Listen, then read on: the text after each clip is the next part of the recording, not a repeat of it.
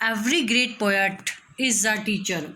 I wish either to be considered as a teacher or nothing.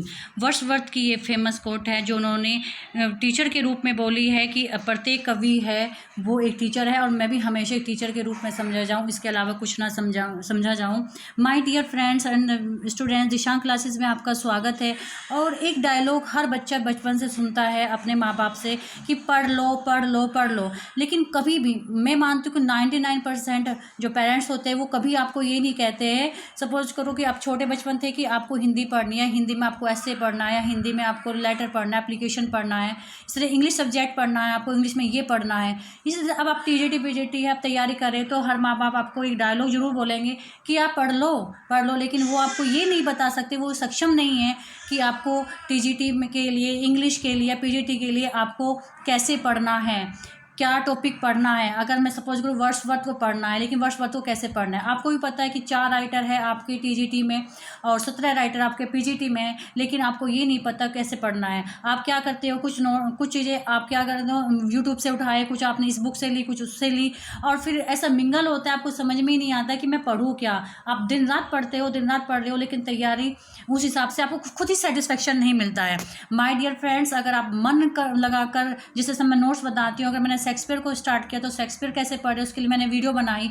अब मैं Wordsworth को बता रही हूँ। हर राइटर को पढ़ने का तरीका अलग है, उनमें से क्वेश्चन पूछे जाने का तरीका अलग है।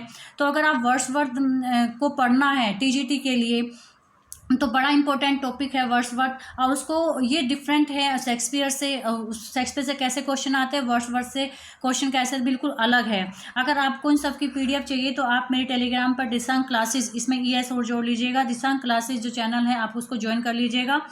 अब बात करते हैं, अगर आप वर्ड्सवर्थ को पढ़ना है उसी तरीके से आप नोट्स बनाइए। A4 साइज पे मैंने आपको बताया था, A4 साइज पर नोट्स बनाने का ये फ़ायदा होता है कि आपको कहीं से भी अलग क्वेश्चन मिलता है तो आप उसमें एक पेज ऐड कर सकते हो। अगर आप वर्ड्सवर्थ को पढ़ना चाह रहे हो तो सबसे पहले आपको रोमांटिक पीरियड पढ़ना होगा। अगर आपको रोमांटिक पीरियड का नहीं पता है तो वर्ड्सवर्थ को आप मिस कर देंगे। रोमांटिक पीरियड जो है बिना वर्ड्सवर्थ के स्टार्ट होता ही नहीं है, बिना वर्ड्सवर्थ के कंप्लीट ही नहीं होगा है। तो माय डियर स्टूडेंट्स, हालांकि मैं हिस्ट्री ऑफ इंग्लिश लिटरेचर पढ़ा रही हूँ, वहाँ पर रेनेसां पीरियड तक ही पहुँच पाई हूँ, लेकिन मैंने आपको वर्ड्सवर्थ के नोट्स देने इसलिए स्टार्ट कर दिया है क्योंकि कोई भी चीज़ एक दिन में लर्न नहीं होती है। रोमांटिक पीरियड को मैं अच्छे से डिफाइन कर दूंगी और जिसमें से क्वेश्चन कैसे आते हैं एग्जाम में वो ही बताऊंगी मैं आपको, कोई फालतू मैटर नहीं दे रही हूँ। आपको WJ लॉन्ग बुक पढ़ने की आवश्यकता नहीं। काफ़ी स्टूडेंट मुझसे पूछ रहे हैं कि हिस्ट्री ऑफ इंग्लिश लिटरेचर पढ़ने के लिए हम WJ लॉन्ग बुक खरीद ली है या पढ़ रहे हैं। बहुत सारे स्टूडेंट्स ये भी पूछते हैं कि मैम आप हिस्ट्री ऑफ इंग्लिश लिटरेचर तो हमारे सिलेबस में है ही नहीं, सिलेबस में हो या ना हो डिफाइन नहीं किया हुआ है, कई बार मैं आपको बता चुकी हूँ। रोमांटिक पीरियड क्वेश्चन आपको कहाँ मिलेंगे, history of English literature playlist में जाकर आपको मिलेंगे। अब बात करते हैं तो फर्स्ट आपको रोमांटिक पीरियड के नोट्स बनाने हैं। सेकंड है वर्ड्सवर्थ बायोग्राफी, जो कि मैं आपको दे चुकी हूँ कि वर्ड्सवर्थ की बायोग्राफी क्वेश्चन कैसे पूछे जाएंगे वो करेंगे। थर्ड आप क्या करोगे, उसकी पोएम्स आपको पढ़नी है सारी। नोट्स कैसे बनाने हैं, आप ईयर्स, पहले पोएम को ईयर्स वाइज लिखेंगे आप, वो पोएम किस रीजन से लिखी गई है। मोस्टली पोएम जो वर्ड्सवर्थ की है वो कोई ना कोई उसे इंस्पिरेशन मिली है, कोई ना कोई मोटिव रहा, कोई भी रीज़न मिला था।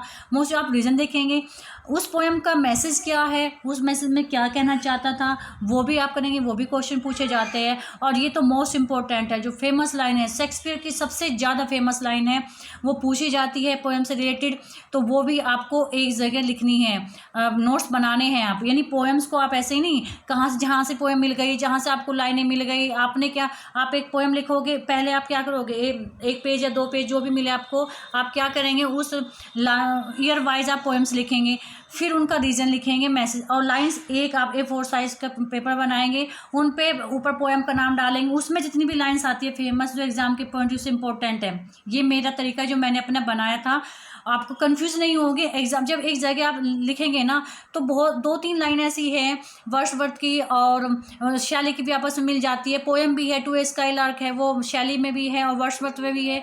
जब आप उन्हें क्रम वाइज लिखोगे तो आपके एग्जाम में कन्फ्यूजन नहीं क्रिएट होगा। 4th नंबर है आपका लिरिकल बैलाड्स। लिरिकल बैलाड्स के आप अलग से नोट्स बना लीजिएगा, या मैं तो दूंगी ही आपको। आप लिरिकल बैलाड्स कब पब्लिश हुई, क्यों हुई, कितनी पोएम इसकी है, साथ में किसके कोलैबोरेशन में लिखी, कॉलेज की कितनी पोएम थी, इसकी कितनी पोएम थी, फर्स्ट पब्लिकेशन कब हुआ, फिर फर्स्ट लिरिकल बैलाड्स कब हुआ, अमेरिका में कब पब्लिश हुई। इसमें बहुत सारे क्वेश्चन आते हैं और लिरिकल बैलाड टीजीटी और पीजीटी एग्जाम में 100% क्वेश्चन घूम फिर के लिरिकल बैलाड से आते हैं, चाहे उसकी पोएम से आए, कितनी पोएम थी, कब पब्लिश हुई थी, कितनी कॉलेज की है, कितनी इसकी है। मतलब इस ऐसा तो हो ही नहीं सकता कि लिरिकल बैलाड से क्वेश्चन ना आए। सारे क्वेश्चन एक जगह होने चाहिए आपके लिरिकल बैलाड से। 5th नंबर में प्रील्यूड जो उनका फेमस वर्क है जो 1850 में पब्लिश हुआ था, इससे भी बहुत क्वेश्चन आते हैं और बहुत सारे क्वेश्चन बनते हैं प्रील्यूड से। एक जगह इकट्ठे होकर जहाँ से भी क्वेश्चन मिले आप एक जगह इकट्ठे करते चलिए। फिर आते हैं वॉल्यूम ऑफ पोएम्स, जो उनकी पब्लिश हुई थी उसके अंदर कितनी पोएम्स हैं, उनसे बहुत सारी पोएम्स हैं ना, हम अलग अलग पढ़ते हैं लेकिन हमें नहीं पता चलता वो कौन सी किसके अंतर्गत है।